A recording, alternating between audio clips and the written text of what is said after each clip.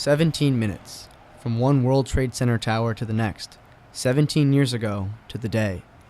Firefighters, policemen and women, elected officials, and the public gathered for 17 minutes of silence at Foreman Park to remember and reflect upon the tragic events of 9/11. It was very touching. It was emotional.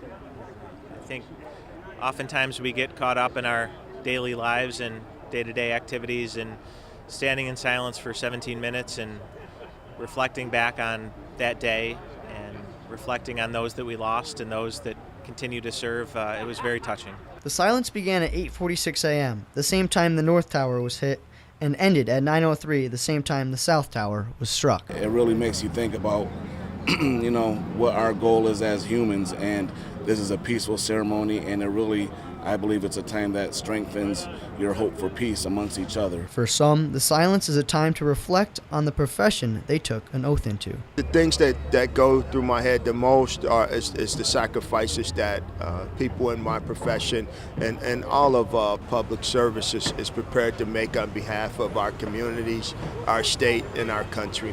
In life, there are moments so big that you remember exactly where you were when you first heard about them. 9/11 is no exception. I was driving down South State Street near the intersection of Rainer. I worked the night shift. I got off in the morning. I was a young firefighter, and it really put into perspective what being a firefighter, what it's all about. I was at home, I was getting ready for work, and I'll never forget it. I remember it just like it was yesterday. I can even tell you what I was wearing. The flames behind me that were lit for the 17 minutes of silence will remain lit for the next 24 hours so people can come and reflect on the events of September 11th, 2001. Reporting in Foreman Park, Silence-McGrath, NCC News.